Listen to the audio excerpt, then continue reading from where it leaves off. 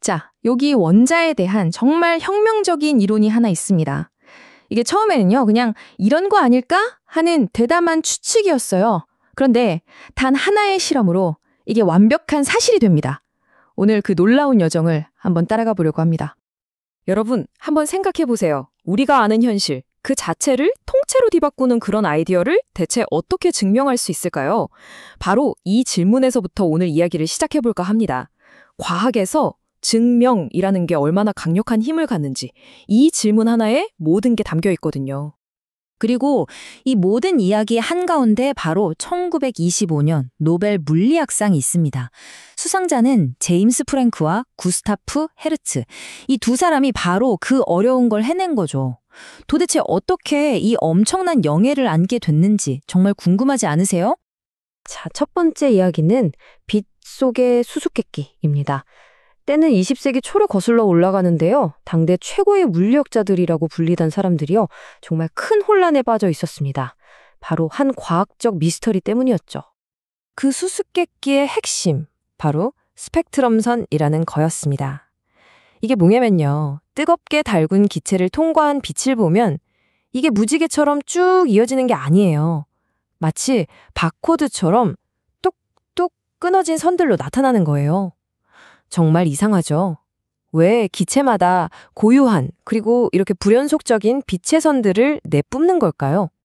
당시의 물리학, 그러니까 고전 물리학으로는요, 정말 도저히 답을 찾을 수 없는 질문이 두 가지나 있었어요.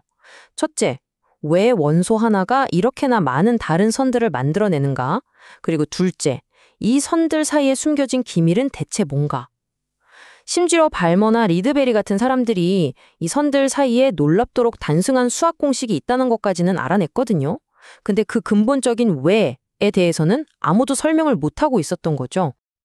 네, 맞습니다. 기존의 물리학 법칙은 이 현상 앞에서 그냥 완전히 무용지물이었습니다. 이건 뭐랄까, 물리학이 제발 누가 새로운 아이디어 좀 내놔 하고 비명을 지르는 것과 같은 아주 강력한 신호였던 셈이죠. 바로 그때 닐스 보어라는 사람이 등장합니다. 그리고는 기존의 모든 규칙을 그냥 깨부숴버리는 정말 대담하고 급진적인 해결책을 내놓죠. 물론 그때는 아무도 증명하지 못한 그냥 아이디어였지만요. 물론 보어의 이론이 갑자기 하늘에서 뚝 떨어진 건 아니었어요. 수십 년 동안 과학자들이 머리를 싸매고 있던 그 미스테리한 관찰 결과들, 그 모든 것들 위해서 탄생한 거죠. 말하자면 흩어져 있던 퍼즐 조각들을 꿰뚫어보는 단 하나의 그림을 제시한 겁니다. 보어의 아이디어가 왜 그렇게 혁명적이었냐면요. 그 핵심은 바로 불연속성이 있었습니다. 무슨 말이냐? 원자가 아무 에너지나 가질 수 있는 게 아니라는 거예요. 딱 정해진 특정 상태로만 존재할 수 있다. 이게 보어의 주장이었죠. 아니, 세상 모든 게 다 부드럽게 이어진다고 믿었던 당시 물리학계에서는 정말 말 그대로 충격적인 생각이었습니다. 자, 이 비교를 보시면 딱 감이 오실 겁니다. 기존에는 에너지를 부드러운 경사로 같다고 생각했어요. 근데 보어는 아니라고 한 거죠.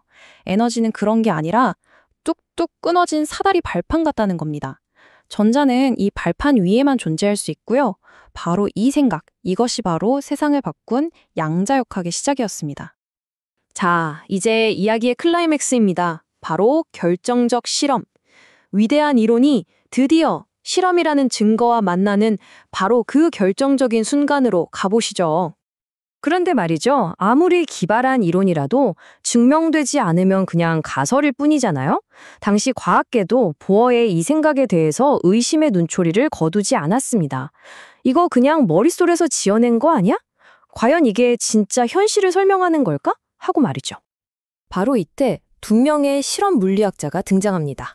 바로 제임스 프랑크와 구스타프 헤르츠. 이 두 사람이 보어의 이 대담한 아이디어를 직접 시험대에 올릴 아주 독창적인 실험을 설계해냅니다. 실험 방법은 놀라울 정도로 간단 명료했어요. 일단 기체에다가 전자를 쏩니다. 그리고 그 기체를 통과하고 나온 전자가 에너지를 얼마나 잃었는지를 아주 정밀하게 측정하는 거죠. 자, 만약에 보어의 생각이 틀렸다면 전자는 에너지를 그냥 부드럽게 조금씩 잃겠죠. 하지만 만약 보어가 옳다면요? 원자는 오직 특정한 양의 에너지만 꿀꺽하고 삼킬 겁니다. 그러면 데이터에는 아주 뚜렷하고 이상한 패턴이 나타나야만 했어요. 과연 결과는 어땠을까요? 네, 대성공이었습니다. 그들의 데이터를 보니까 전자의 에너지가 딱 특정 지점에 도달할 때마다 전류가 뚝뚝 떨어지는 거예요. 명백한 증거였죠. 원자가 바로 그 순간에 에너지 덩어리를 흡수했다는. 노벨상 연설에 나온 이 한마디가 모든 걸 말해줍니다. 더 이상 가설이 아니라 실험적으로 증명된 사실이다. 프랑크와 헤르츠가 기발한 상상을 눈에 보이는 현실로 바꿔버린 순간이었습니다.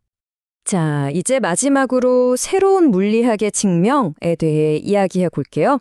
이 실험적 증명이 과연 물리학의 역사에 어떤 거대한 영향을 미쳤을까요? 핵심은 바로 이겁니다. 이들의 실험이 그냥 보어 말이 맞았네?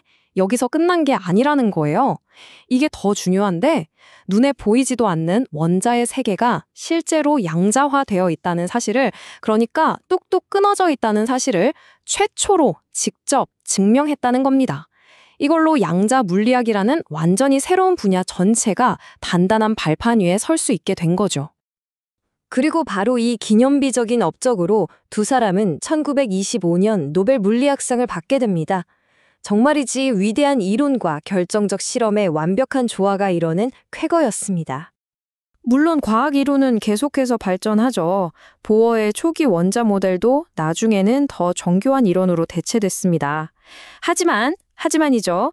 프랑크와 헤르츠가 실험으로 딱 증명해낸 그 핵심, 에너지는 양자화되어 있다. 즉, 불연속적이라는 이 근본적인 사실만큼은 지금까지도 현대 물리학을 떠받치는 절대 변치 않는 주춧돌로 남아 있습니다.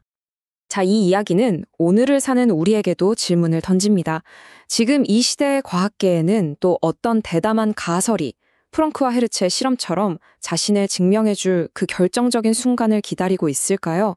어쩌면 바로 지금 이 순간에도 우리가 모르는 어딘가의 실험실에서 새로운 현실의 문이 조용히 열리고 있는지도 모르겠습니다.